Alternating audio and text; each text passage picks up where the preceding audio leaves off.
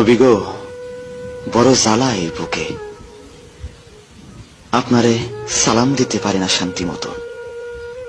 পাশ থেকে বেদাত বেদাত চিৎকার ওঠে। ইয়া নবী কইয়া ডাক দিলে কয় মুশরিক।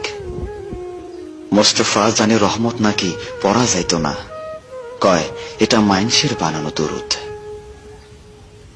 কিন্তু আমি শুনছি শরফুদ্দিন বুসরিও একটা দরুদ বানাইছিলেন, মাওলায়া সাল্লি ওয়া সাল্লিম দিয়া শুরু।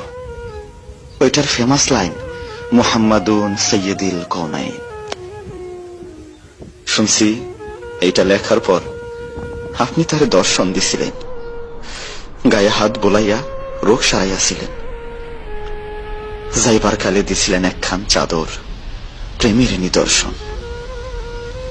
পাকিস্তানের খাজা চৌরভিত পুরা 30 পারা দরুদ লেখা হয়েছে। তার এই সাধনা কি বৃথা তাইলে? এই প্রেমের কি কোনো দাম নাই আপনার কাছে? না থাকলে আরবি না পারা লোক কেমনে আরবিতে এই কাম করলো? কোথাও যেন গোল পাইকা গেছে, কি একটা যেন হয়েছে আপনার উম্মতের মাঝে।